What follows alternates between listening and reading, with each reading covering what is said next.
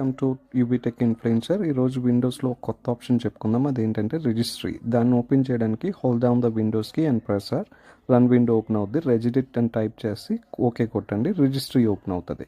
Registry అనేది చాలా చాలా సెన్సిటివ్ ఇన్ఫర్మేషన్. దానికోసం ఏం చేస్తామంటే మనం ఫైల్ని ఎక్స్పోర్ట్ చేసుకుంటాం. దాని గురించి ఫైల్ మెన్యూలో ఫైల్ అని కొట్టి ఎక్స్పోర్ట్ కొట్టి మీ కంప్యూటర్లో ఎక్కడో దగ్గర సేవ్ చేసుకోండి.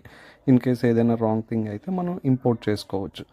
సపోజ్ లోకల్ మిషన్లోకి వెళ్ళి సాఫ్ట్వేర్లోకి వెళ్తే మీ సిస్టంలో ఇన్స్టాల్ చేసుకున్న అన్ని సాఫ్ట్వేర్స్ కనబడతాయి. ఏదైనా సాఫ్ట్వేర్ ఇక్కడ డిలీట్ చేస్తే ఆ సాఫ్ట్వేర్ పనిచేయదు మీ సిస్టంలో. అట్ ద సేమ్ టైం ఇక్కడ మనం కంట్రోల్ ఎఫ్ వేసి మనకు కావాల్సిన సాఫ్ట్వేర్ని సెర్చ్ చేసుకొని ఆ పక్కన రైట్ ప్యానల్లో కనపడిన కీస్ని డిలీట్ చేసినా సరే మొత్తం సాఫ్ట్వేర్ అంతా అన్ఇన్స్టాల్ అయిపోతుంది.